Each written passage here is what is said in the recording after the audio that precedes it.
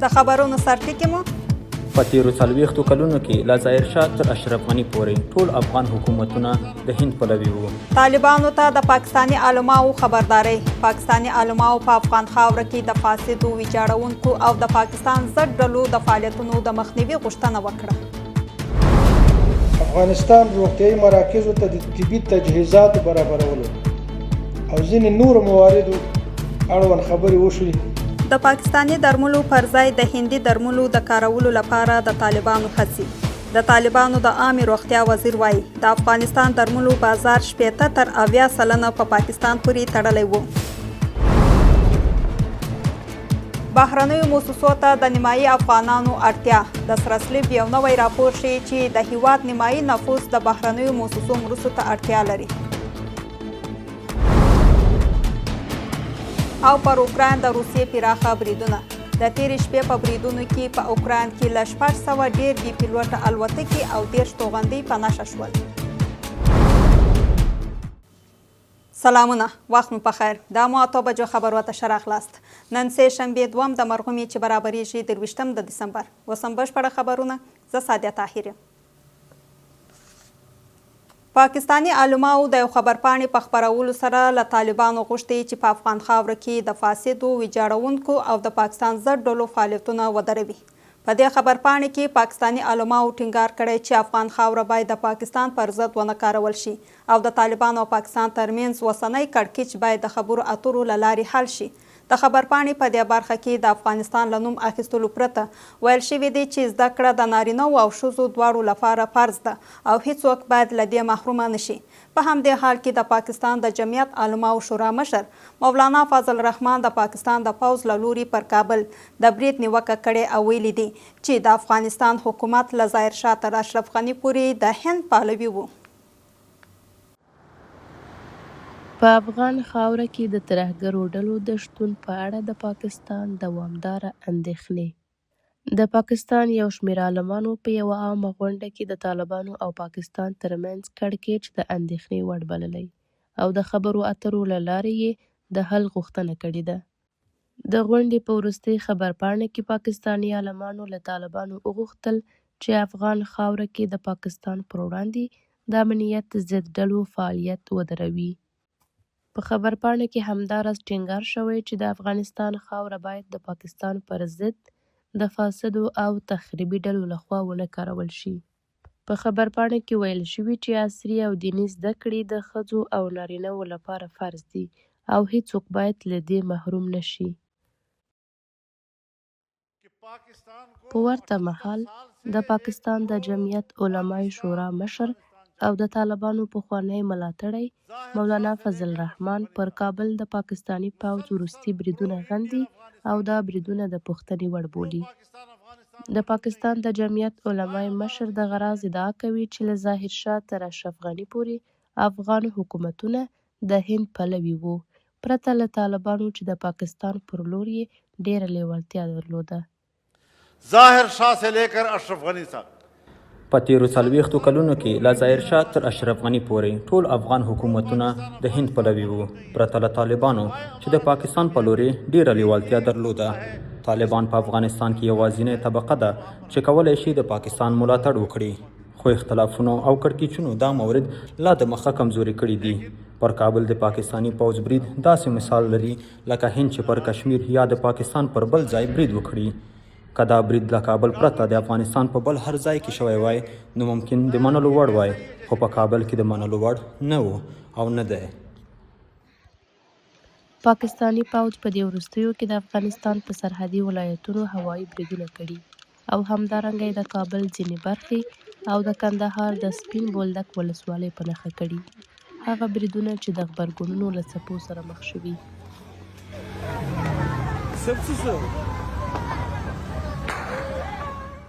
په همدې حال کې پاکستان په دوامداره توګه پر طالبانو تور لګولی چې د افغانستان په خاوره کې د ټي ټي پي ملاتړ کوي او په وروستي ځل یې د پاکستان د پوځ لوی درستیز په سویلي وزیرستان کې له ځانمرګي برید وروسته ادعا کړې وه چې د ټي ټي پي 80 سلنه غړي افغانان دي. له 3 میاشتو زیات وخت کېږي چې د طالبانو او اسلام آباد ترمنځ اړیکې ډېرې ترنګلې شوي د خبرو اترو 4 پړاوونه ناکام شوي. په دې موده کې په داسې حال کې چې د افغانستان او پاکستان ترمنځ لارې تړلې دي، په پاکستان کې د امنیت ضد بریدونه هم زیات شوي دي. تازه پاکستاني رسنیو راپور ورکړی چې د پاکستان په خیبر پښتونخوا کې د نامعلومو کسانو لخوا په وسلوال برید کې 4 پولیس وژل شوي دي. له دې سره د طالبانو او پاکستان ترمنځ د کړکېچ له دوام سره هممهاله طالبان هڅه کوي چې د پاکستاني درملو پر ځای هندي درمل وکاروي. د طالبانو د روغتیا وزارت وزیر چې تازه د هند له سفره کابل ته راستون شو، په یو خبري ناسته کې ویلي چې د افغانستان درملو بازار له 80 تر 80 سلنې پورې په پاکستان پورې تړلی و، خو اوس دوی هڅه کوي چې د ایران او هند په ګډون له نورو هیوادونو د افغانستان درملو اړتیاوې پوره کړي. د هند د بهرنیو چارو وزارت هم په یو خبرپاڼه کې ویلي دی چې هند د دې سفر په پیل کې د افغانستان درملو اړتیاو پوره کولو ته ژمن دی. داسې ښکاري چې طالبانو د پاکستاني درملو پر ځای د هندي درملو د کارولو لپاره خپلې هڅې ګړندۍ کړې دي. لکه څنګه چې د طالبانو د روغتیا وزیر په خپله خبري ناسته کې ټینګار وکړ چې د افغانستان د درملو بازار له 80 تر 80 سلنې پورې په پاکستان پورې تړلی وو، خو اوس هڅه کوي چې دا وابستګي پای ته ورسوي. هغه تازه هند ته له سفره راستون شوی، هغه هیواد چې په سیمه کې د پاکستان یو جدي سیال ګڼل کیږي. نوموړی ټینګار کوي چې دوی غواړي د افغانستان د درملو اړتیاوې له کورني تولید پوره کړي او دغه راز د هند په ګډون له نورو هیوادونو درمل وارد کړي. افغانستان ته د معیاري درملو راواردولو د سرطاني ناروغیو د درملنې برخه کې د درملو همدارنګې افغان ناروغانو ته هند کې د درملنې او ویزې برابرولو، هغې ته اسانتیا ورکول، افغانستان روغتیایي مراکزو ته د طبي تجهیزاتو برابرولو او ځینې نورو مواردو اړوند خبرې وشوې. له بلې خوا د هند د بهرنیو چارو وزارت هم په یوه خبرپاڼه کې لیکلي چې د طالبانو د روغتیا وزیر له وروستي سفر وروسته نوي ډهلي یو ځل بیا د افغانستان د درملو اړتیاو د پوره کولو لپاره په خپله ژمنه ټینګار کړی دی. د هند د بهرنیو چارو وزارت په خبرپاڼه کې ویل شوي چې د درملو د یوې بستې مرسته به هم په نږدې راتلونکي کې له افغانستان سره وشي. له دې ټولو سره په وروستیو کلونو کې د هیواد د درملو بازار په پاکستاني درملو ډیر متکی و او د هیواد ځینې وګړي هم د درملنې لپاره پاکستان ته تلل.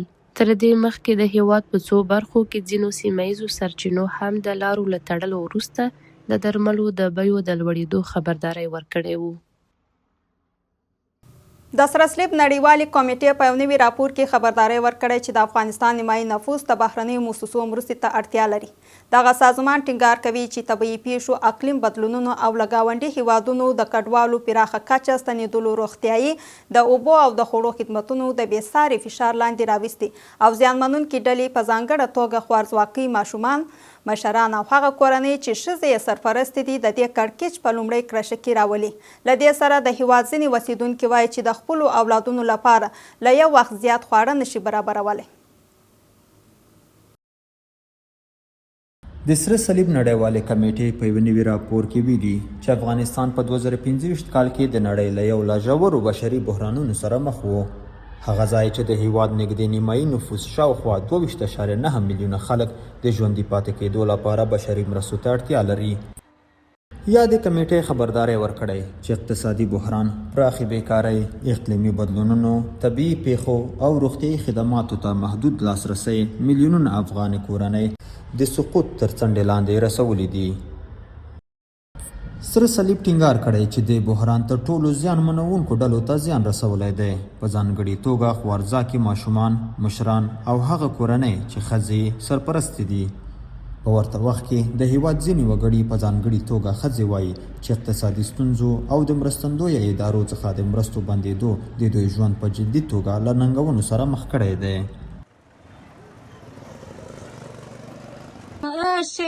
سهار نون داشته باشیم دیگر نداریم، اگر دیگر داشته باشیم چاشت نداریم، اونم تا یک بعد یک جلسه گاز نداریم پخته کنیم، یک جلسه نارد نداریم بخوریم.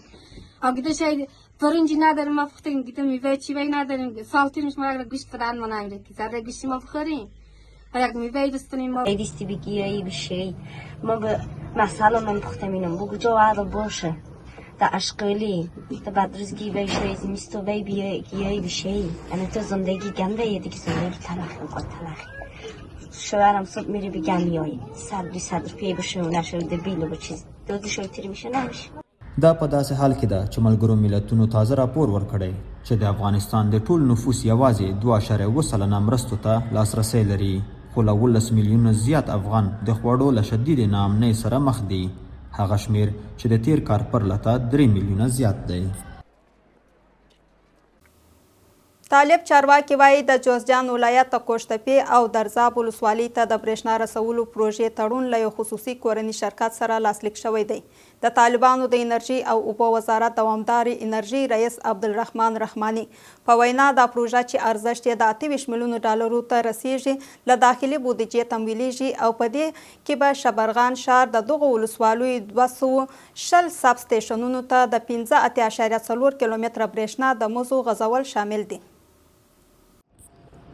طالبان وايي د 1380 میلیارډو افغانیو زیاتو ارزښت لرونکو برېښنا پروژې تړون د انرژۍ او اوبو وزارت او یو خصوصي شرکت ترمنځ په یو رسمي مراسم کې لاسلیک شوی دی د دې پروژې موخه د جوزجان ولایت د قوشتپې او درزاب ولسوالیو ته د برېښنا رسول دي د طالبانو د انرژۍ او اوبو وزارت د دوامدارې انرژۍ رئیس عبدالرحمن رحماني په وینا دا پروژه چې ارزښت یې 28 میلیونه ډالرو ته رسیږي له داخلي بودیجې تمویلیږي او پکې له شبرغان ښاره د دغو ولسوالیو 210 سب سټیشنونو ته د 15.4 کیلومتره برېښنا د مزو غځول شامل دي لویه پروژه است همدغه پروژه است موږ تاسې نن د قرارداد شاهدان یو د جوزجان ولایت کوشتپې او درزاب ولسوالیو ته د برېښنا رسونې پروژه ده دا په داسې حال کې ده چې د هیواد ډیری برخې لا هم د برېښنا له سرتاسري شبکې سره نه دي تړلي اقتصادي کارپوهان د هیواد د مخ پر ودې اړتیاو د پوره کولو لپاره د انرژۍ په برخه کې د پراخې پانګونې پر بیړنۍ اړتیا ټینګار کوي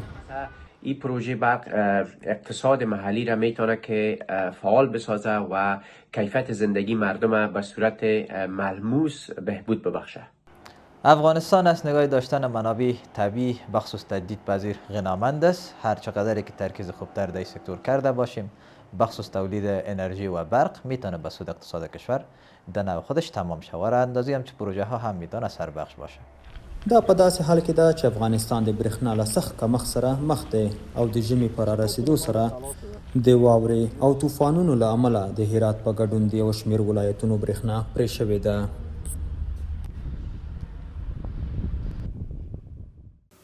په غزني کې د سړې هوا د سون توکو د بیې د لوړېدو سره سلګونه ټیټ عاید لرونکي کورنۍ په ژمي موسم کې د خپلو کورنیو د ګرمولو لپاره له جدي ننګونو سره مخ دي هغه ننګونې چې د پراخې بیکارۍ تر سوري لاندې په دې ولایت کې د ټیټ عاید لرونکي کورنۍ اندېښنې دوه چنده کړي دي د ساړه موسم پر رارسېدو سره ټیټ عاید لرونکي کورنۍ له بېلابېلو ننګونو سره مخ دي دا د غزني ولایت یوه برخه ده د دې ولایت یو شمېر اوسیدونکي د ژمي په رارسېدو سره له جدي اقتصادي ستونزو او د سون توکو د بیو له لوړېدو سره مخ شوي دي دوی وایي سږ کال سړې هوا د ټیټ عاید لرونکو کورنیو لپاره ډېرې اندېښنې رامنځته کړي دي او د سون توکو بیه هره ورځ لوړېږي په داسې حال کې چې د دوی ورځنی عاید یوازې تر 100 او 150 افغانیو پورې دی ما در یک اولی 3 برادر هستیم ما در 3 سوخت نداریم پسمان است از سوخت پسمان است از اقتصاد مواد خوراکه پسمان است از تمام چیز مال کار نه کار بشه تمام چیز تأمین میشه کار نه در روز 100 کار گیر بیایه یا نه سربیره پر دې د غزني یو شمېر نور اوسیدونکي هم له طالبانو غواړي چې د لرګیو د بیې کمولو او د ژمنیو مرستو د چمتو کولو لپاره اقدام وکړي دلته 200 کله وي کله نه وي نو د موږ د مشکلاتو څخه مخکې موږ غواړو چې موږ سره همکاري وشي لرګیو په وجه کې مقصد لرګی ارزانه شي چې د خلکو وس وره په داسې حال کې چې د هیواد وګړي له اقتصادي ستونزو او د کاري فرصتونو له نشتوالي سره لاس او ګریوان دي د سون توکو د بیو لوړوالي هم د زرګونو کورنیو اندېښنې زیاتې کړې دي او ډېرې ټیټ عاید لرونکې کورنۍ د روان ژمي په اړه اندېښمنې دي.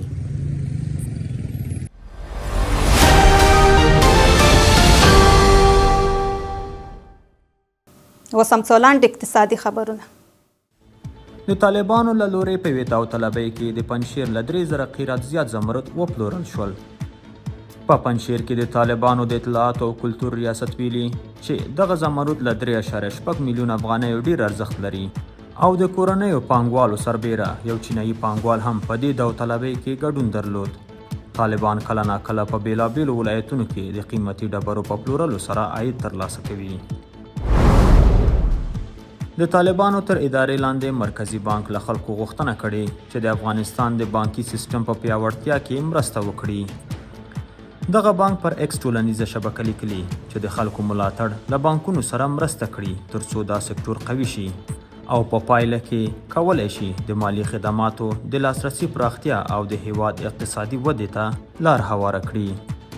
سږ کال د نړیوال بانک راپور ښیي چې د طالبانو له واکمنۍ وروسته د افغانستان بانکونه د نغدو پیسو له کمښت سره مخ دی.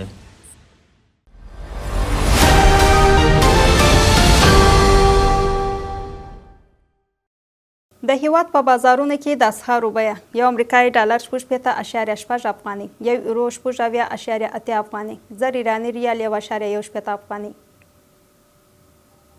زر هندي روپی 2.8 افغاني، یو د اماراتو درهم 12.2 افغاني، زر پاکستاني روپی 200 افغاني.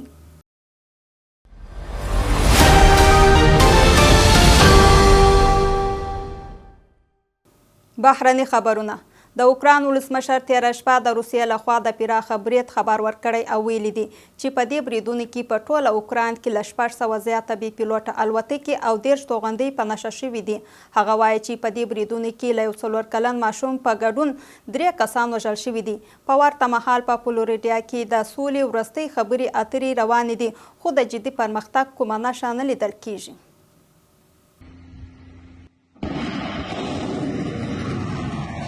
اوکرایني چارواکو ویلي چې تېره شپه روسیې په ټول اوکراین کې په بېساري بریدونو سره په ټول اوکراین کې ملکي بنسټونه، د انرژي تاسیسات او ورځنی ژوند په نښه کړ. د اوکراین ولسمشر ولادیمیر زلنسکي وایي په دې بریدونو کې له 600 زیات بې پیلوټه الوتکې او 10 توغندۍ ویشتل شوي دي. په دې بریدونو کې یو 4 کلن ماشوم هم وژل شوی دی. زلنسکي زیاته کړې چې دا بریدونه د کرسمس په نږدې کېدو سره شوي، هغه وخت چې خلک یوازې غواړي په کور کې او د خپلې کورنۍ ترڅنګ وي. هغه همدارنګه ویلي چې د اوکراین په ډېرې برخو کې هوایي بریدونه دوام لري او د مرستې ځواکونه د دې بریدونو د پایلو د مدیریت لپاره په فعالیت کې دي. د اوکراین د برېښنا شرکت په وینا د زیانونو له امله په څو سیمو کې د برېښنا اضطراري بندیزونه عملي شوي دي. هم مهاله د اوکراین ولسمشر ویلي چې روسیې د امریکا لخوا د کرسمس د اوربند وړاندیز رد کړی دی. په داسې حال کې چې په فلوریډا کې د روسیې، اوکراین او متحده ایالاتو استازو ترمنځ خبرې ترسره شوي، زلنسکي ټینګار کړی چې په ډګر کې د کړکېچ د کمېدو هیڅ نښه نه ښکاري.